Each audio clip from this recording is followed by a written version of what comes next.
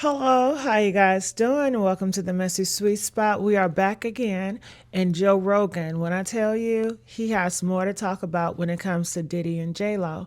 You guys have to watch this video. In this video, he is laying it out. You guys know it's so many accusers that continue to come forward about Diddy, and they are saying that J.Lo is not off the hook. So I would like to react to this video. Make sure you guys like, share, subscribe here at the Messy Sweet Spot, okay? Imagine a world where one conversation could expose Hollywood's darkest secrets.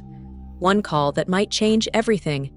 Attorneys for Sean Diddy Combs are fighting a lot of battles on a lot of different fronts lately and likely spent their holiday crafting motions to try to curtail the amount of legal action the disgraced music mogul is facing. But one of the strangest cases involves a Michigan prison inmate who claims that Combs raped him in the 90s. A judge had initially granted a massive $100 million judgment in his favor, but after that was overturned, Derek Cardello Smith is now pushing forward with his lawsuit, and he says he plans to call pop icon Jennifer Lopez as a witness. In a recent jaw-dropping episode of the Joe Rogan Experience, a bombshell was dropped that has left fans and critics questioning everything they thought they knew about celebrity alliances. The P. Diddy thing sounds like just complete unchecked depravity. Like, I don't even think he was gay. He was just fucking guys. But maybe he's gay, but it seems like he's I just think you have to be a little depraved. gay. Because then he would just... Oh, yeah, for sure. At Wait. least for like 10 minutes. It's at least 5. Well, I mean, it might just be whatever drugs are taken. Like, I don't understand it. When that whole, like, I think I had peripherally heard that P. Diddy had big parties, but I never heard of freak-offs or any, I never heard of that stuff until pretty recently, like post-pandemic. The conversations weren't just about politics, science, or pop culture. They were a deep dive into the intertwined lives of some of the biggest names in the industry. Coming from New York, I was 25, 26 years old. I didn't know anything. And I was like, this is so strange. It was just strange to me to be in these like Hollywood parties with this MTV executive who's taking me around and showing me all this stuff. Oh, yeah. She was just kind of like introduce you, like, this is what it's like. Yeah. This is what everybody does. They go out to the clubs, and it was just... Yeah. Yeah, the scary thing about LA was that you thought it was all over by 2 o'clock, because they literally pull your drinks at 1:30. Mm-hmm. But then they go to someone's house. Right. And they continue till dawn, Yeah. So that was dangerous too. Yeah. So I was happy that I got away from that. Fortunately, I avoided all that. Yeah. You're lucky. Yeah. I mean, there was some fun to be had, no question about it, but I'm sure a lot of it was kind of dark too. At the center of it all, Elon Musk and Joe Rogan took aim at a story that goes far beyond catchy hits and red carpet glamour. Sure, if you go to Diddy's house, it probably feels weird. Probably feels weird walking around that house. Probably like, what happened here? Yeah. I bet there's some memories in that house. Sounds rough, man. Well, it's just amazing how many people on the Diddy party list that are supporting Kamala. Yeah, seriously, it's like insane. Publicly, openly, all in. Yes. It's like J.Lo was like his ex-girlfriend. and it's like now deciding she's like warning people against Trump. I'm like, well, wait a second. So how many people did she warn against Diddy? Right. Oh, 0. Okay. Right. Well, maybe we shouldn't trust her opinion. Did you see the Babylon Bees take on it? Did you see the Babylon Bees? Babylon Bees awesome, but oh my God, they're so on fire because the left can't say anything. Well, the Onion has been crippled. Well, the problem is that like the find that post. The woke ideology makes like humor illegal. Yes. So when like there's so many humor no-fly zones, right? You can't make fun of anything. Yeah. Babylon Bee had a thing about Kamala Harris. Diddy's ex-girlfriend urges Americans to trust her judgment. Yeah. By the way, you get to see how bad an actress she is too. They zeroed in on Jennifer Lopez's silence regarding Sean Diddy Combs, an icon now facing charges from sex trafficking and racketeering to transporting individuals for prostitution. And that's only the beginning. If she's going to be warning people, why did she never warn anyone about Diddy? Exactly. Yeah. The whole thing is so strange to watch play out. It seems like the Diddy thing was like an Epstein type compromise deal where whether he was doing it himself.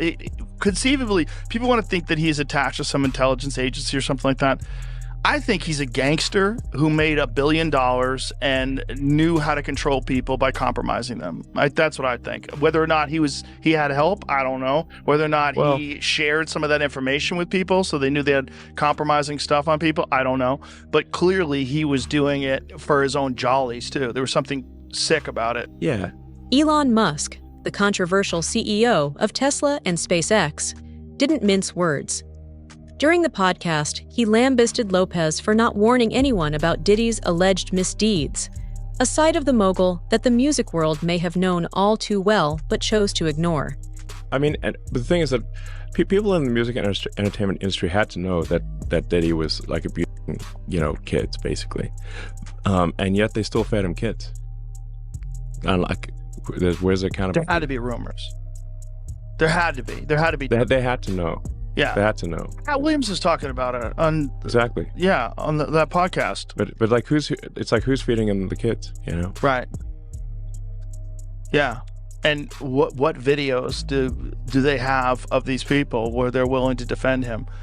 When they're willing to keep quiet about all this? Like how many people were compromised? His statement not only startled listeners, but also forced a re-examination of the past, making us wonder what secrets have been buried beneath layers of glitz and success. Just as the coverage started to subside, West flipped the script on his X page. So his page has since been removed, and I'll get more on that in a moment, but screenshots of his tweets show he posted in all caps, "Free Puff."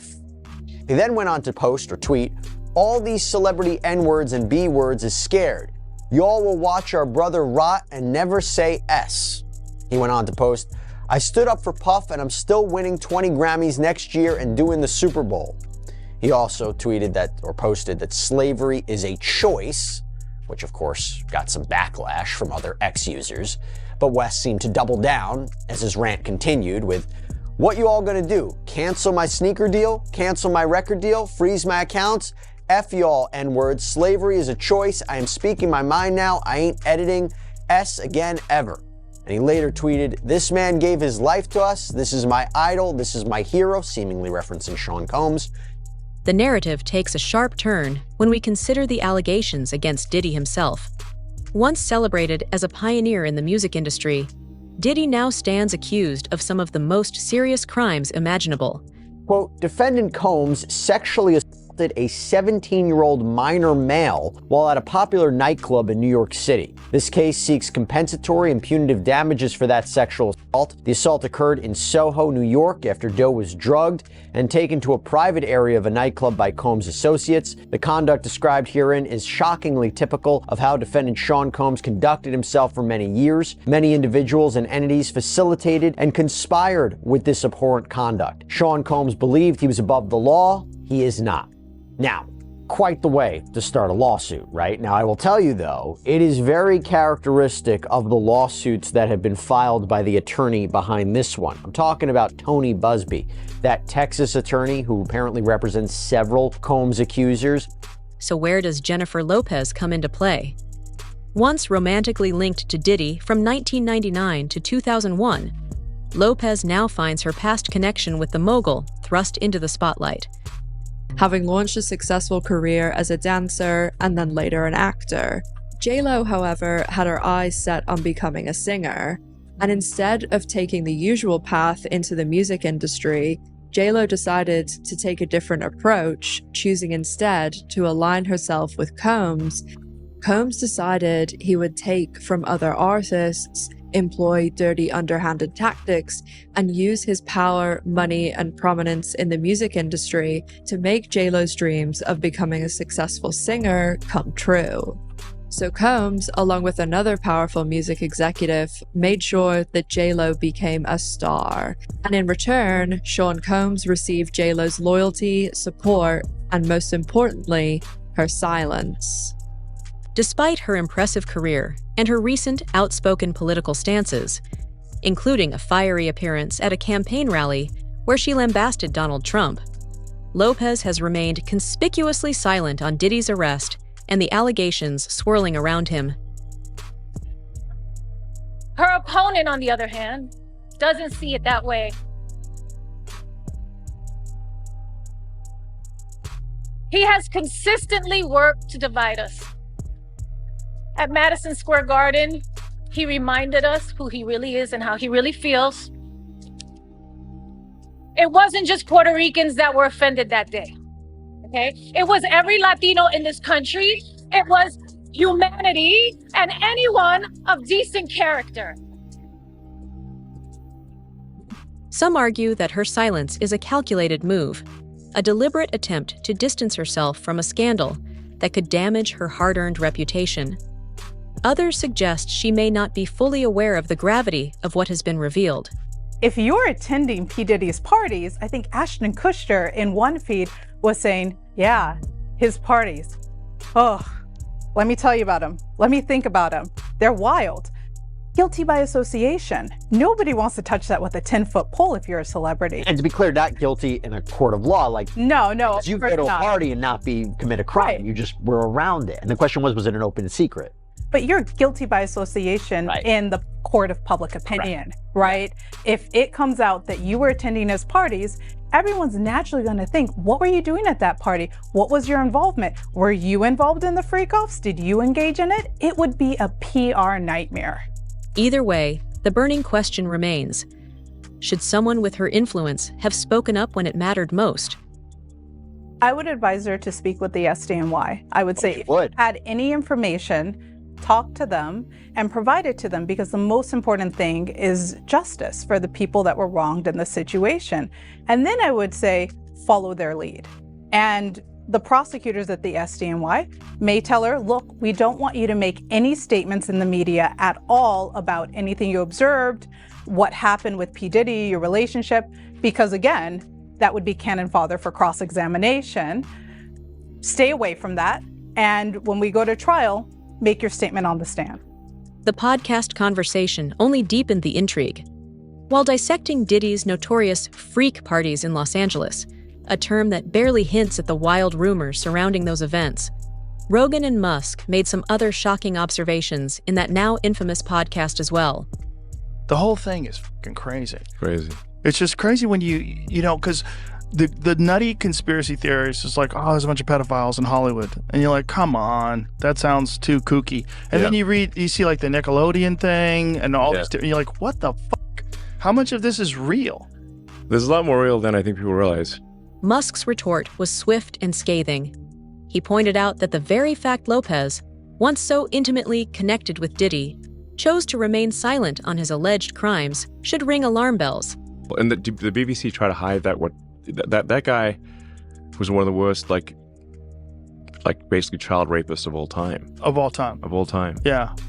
And looked like one. He looked like one. That's like, honestly, crazy. if you had a poster of like, does this guy look like a the creepiest like fucking an evil guy. Evil child rapist? That 100%. He made it to the grave. Like, got away with it. Yeah. Got away with it till he died. They hid it from people until he died. Yet the narrative doesn't stop there. In a characteristically provocative moment, Rogan speculated about Diddy's infamous parties, suggesting that his rumored encounters with male celebrities weren't about sexual orientation at all, but rather a calculated power move. It's horrific, but it's also hilarious that it was like the big secret that P. Diddy would make a bunch of these guys suck his dick and do weird shit. Oh, do you think the government does it? Well, P. Diddy does it. Homes in LA and Miami raided by federal agents. Dude, the conspiracies of P. Diddy are like, you know, that as above, so below, that like magical shit the rocket scientists say when they jerk off and look in each other's eyes. What? As if that weren't enough, whispers of an even stranger claim began to surface. Rumors emerged that Diddy might be connected to a bizarre incident involving Jamie Foxx, a claim that Foxx once hinted at during a Netflix special taping. Jamie Foxx addresses whether Diddy was responsible for his 2023 hospitalization during live shows eyewitness. Rob, if you got a clip, play this clip. He's not really saying it here. When I watch this, he's not saying it. No, it's because PBD. This is just them saying what we know. But the clip that I sent Rob is of what was his name, Robbie? Big Homie CC. PBD. Big Homie CC. Yeah, because so Pat, you know what's going on. So let me read the story. I'll come to you because I thought it was a video. Yeah. During the tapings of his upcoming Netflix special, what had happened was Jamie Foxx reportedly stated that he was responsible for what happened to him, and Foxx is the one who called the FBI on Combs. According to some eyewitnesses, Foxx alluded to being poisoned by Diddy, an allegation that many quickly dismissed as a joke. Jamie Foxx took multiple shots at his old friend P. Diddy during his new Netflix stand-up special, What Happened Was. The internet said that Puffy tried to kill me. That's what the internet was saying. I know what you're thinking, Diddy. Hell no, nigga, I left them parties early. I was out by 9 because something don't look right.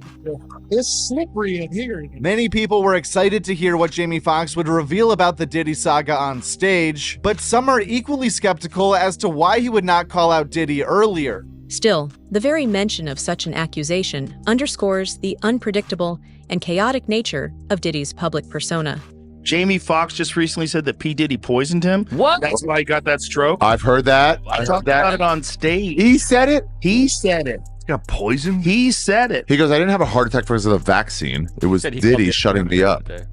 See if we can find that, because he said it on stage. Diddy was poisoning people? Bro, Whoa. I think there was some crazy shit going Like on. Cosby shit? Like drugging? Diddy Just- I think it was murder. Do it. There's alleged murder. A bunch of people that got pneumonia. A bunch of convenient people that died of pneumonia.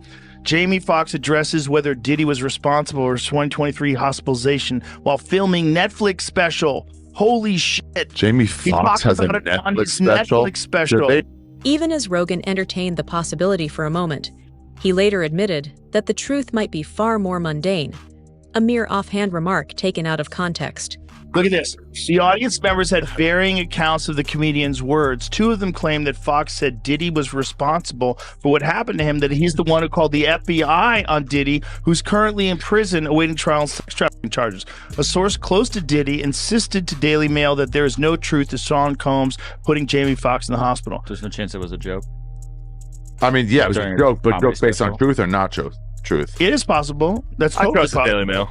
That's totally possible, but it's also possible he was explaining while he wound up going to hospital, and he hasn't talked about it since. He never talked about it. Yet these whispers add yet another layer to the puzzle, forcing us to ask, in a world where every celebrity word is dissected, can any comment really be taken at face value? Can you tell me now, is there evidence against any major celebrities that you have, and is there anyone that you can name at this moment? I'm not going to name anybody right now, but I do have evidence. Have you had a chance to actually see any videos or text messages or other kind of correspondence that kind of corroborate these stories? All of the above, yes. And not for all 120 clients. I asked for corroboration. What texts, video, pictures, give me dates, venues, give me witnesses. And we do that, we go through that process. And that's what we're doing. In this high-stakes arena, fame is indeed a fickle friend. 1 minute, an individual is celebrated for innovation, style, and success. The next, they find themselves entangled in controversies that threaten to erase their legacy. For Diddy, the stakes have never been higher. With a trial looming in 2025, every word, every association, and every past indiscretion is now under a relentless microscope. Hip-hop mogul Sean Combs is set to appear in court in May on federal sex trafficking charges. The news came out of a Thursday court hearing. Combs pleaded not guilty last month to charges he abused and exploited multiple victims, some of the allegations dating back years. CBS News New York's Alice Gaynor has more from outside the courthouse. Sean Diddy Combs' 6 children and his mother sat in the second row of the gallery. When the 54-year-old entered the courtroom, he was wearing a wrinkled tan shirt and matching pants. He smiled and waved at them, a seemingly more upbeat attitude. The judge, newly assigned to the case after the previous judge recused himself, set a May 5th, 2025 trial date. Prosecutors have until December 31st to turn over discovery to the defense. They said over the course of 3 searches of an airport and Combs' LA and Miami residences, they seized 96 electronic devices and several more during and after his arrest. The question is no longer merely about guilt or innocence. It's about the systemic failures that allow powerful figures to operate unchecked for far too long.